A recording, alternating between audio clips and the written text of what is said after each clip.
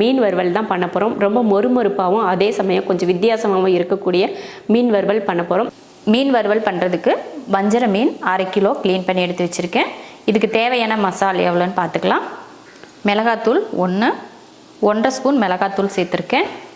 கரம் மசாலா தூள் 1/4 ஸ்பூன், மல்லித்தூள் 1/2 ஸ்பூன், மஞ்சள் தூள் கொஞ்சம், மிளகுத்தூள் 1/2 ஸ்பூன், இஞ்சி பூண்டு பேஸ்ட் 1/2 ஸ்பூன். அடுத்து கார்ன்ஃப்ளவர் 1 ஸ்பூன் கார்ன்ஃப்ளவர் சேர்த்துருக்கேன். அரிசி மாவு 1 ஸ்பூன். 1 ஸ்பூன் கார்ன்ஃப்ளவரும் 1 ஸ்பூன் அரிசி மாவும் சேர்த்துக்கோங்க. தேவையான உப்பு, ஒரு 2 ஸ்பூன் அளவுக்கு எண்ணெய் சேர்த்துக்கோங்க. அடுத்து ஒரு அரை லெமனை இதில் புழிஞ்சுக்கலாம்.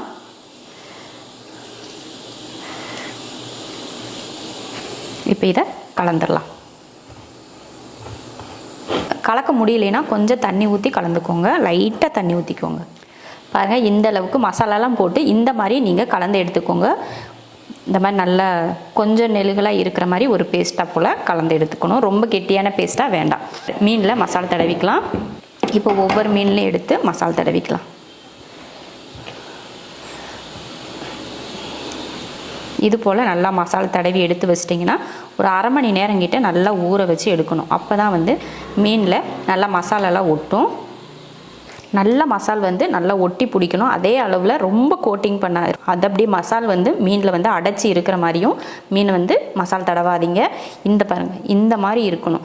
அப்போ தான் நம்ம பொரிச்சு எடுக்கிறப்போ அது நல்லாயிருக்கும். இல்லைன்னா அந்த மசால் மேலே ஃபுல்லாக ஒட்டிட்டு பிரிஞ்சு எடுத்து வந்துடும். அதனால் கரெக்டான அளவுக்கு இந்த மாதிரி மசால் தடவி எடுத்துக்கோங்க. இந்த மாதிரி ஒவ்வொரு மீன்லையும் தடவி எடுத்து வச்சிடலாம். மீனில் மசால் தடவி எடுத்து வச்சாச்சு. அரை மணி நேரம் ஊறட்டும். அதுக்கப்புறம் எடுத்து பொரிச்சிக்கலாம். மீன் மசால் தடவி வச்சு அரை மணி நேரம் ஆயிடுச்சு. இப்போ மீன் பொரித்து எடுத்துக்கலாம். மீன் பொரிக்கிறதுக்கு முன்னாடி ஒரு பிளேட்டில் இந்த மாதிரி ஒரு 5 ஸ்பூன் அளவுக்கு ரவை எடுத்து வச்சுருக்கேன், வெள்ளை ரவை. இப்போ இந்த மீனை எடுத்து இந்த ரவையில் வச்சிடலாம். ரவையில் வச்சுட்டு இந்த மாதிரி போட்டுக்கோங்க. 2 பக்கமும் இந்த மாதிரி நீங்கள் இப்படி திருப்பி வச்சிங்கன்னா ரவை ஃபுல்லுமே அதில் ஒட்டிக்கும் பாருங்கள். அவ்வளோதான். இப்போ எண்ணெய் நல்லா காஞ்சதுமே மீன் எடுத்து இதில் வச்சிடலாம்.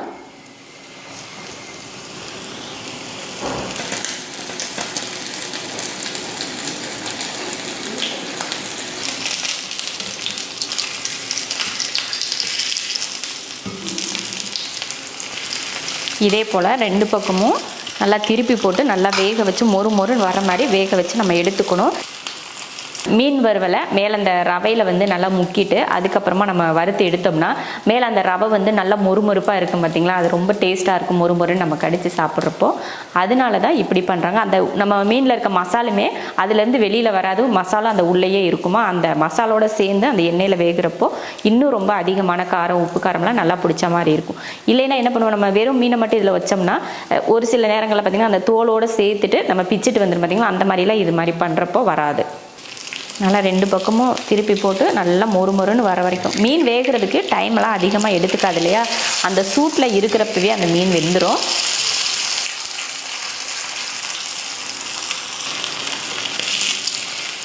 பாருங்கள், 2 பக்கமும் நல்லா மொறுப்பாக வெந்துருச்சு. இந்த மாதிரி எண்ணெயை வடிச்சிட்டு எடுத்துக்கலாம். இதே போல் மற்ற எல்லா மீனையும் பொரிச்சு எடுத்துக்கலாம். நீங்கள் நினைப்பீங்க மீனே இப்படி தான் பொரிக்கணுமான்னு.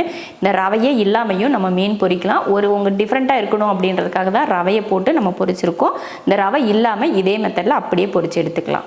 இப்போ பாருங்கள், அதே இதில் நான் ரவையே சேர்க்காமல் இந்த மீனை பொரிச்சு எடுத்துக்கிறேன்.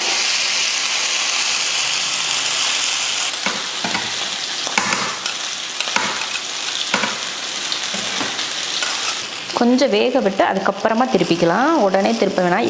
அப்படியே திருப்பினாலும் வராது. ஏன்னா நம்ம கார்ன்ஃப்ளவர்லாம் போட்டிருக்கோம் இல்லையா. அதனால் அடியில் பிடிக்கவெல்லாம் செய்யாது. அடுப்பை சிம்மில் வச்சு பொரிச்சுக்கோங்க. அடுப்பை நீங்கள் ஹை ஃப்ளேமில் வச்சுட்டிங்கன்னா மீன் மட்டும்தான் கருகும், உள்ளேலாம் நல்லா வெந்திருக்காது. அதனால் அடுப்பை சிம்மில் வச்சுட்டு பொறுமையாக பொரிச்சிடுங்க. இப்போ திருப்பிக்கலாம்.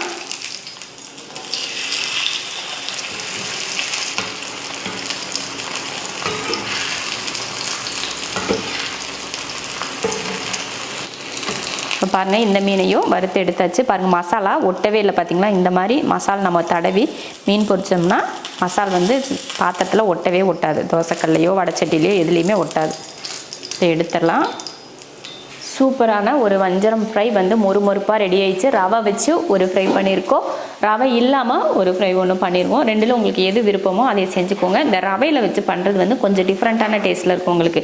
ரவை வந்து நம்ம கடிக்கிறப்ப மொறுன்னு இருக்குமா கடிக்கிறப்ப, அதனால் இன்னும் கொஞ்சம் மொறுமொறுப்பு கிடைக்கும். அதனால தான் ரவையில் முக்கி நம்ம பொரிச்சு எடுத்துருக்கோம். இதே போல் மீன் வறுவல் வஞ்சரம் மீனில் மட்டும் இல்லை, எல்லா வகையான மீன்லேயும் இதே மெத்தடில் மீன் பொரிக்கலாம்.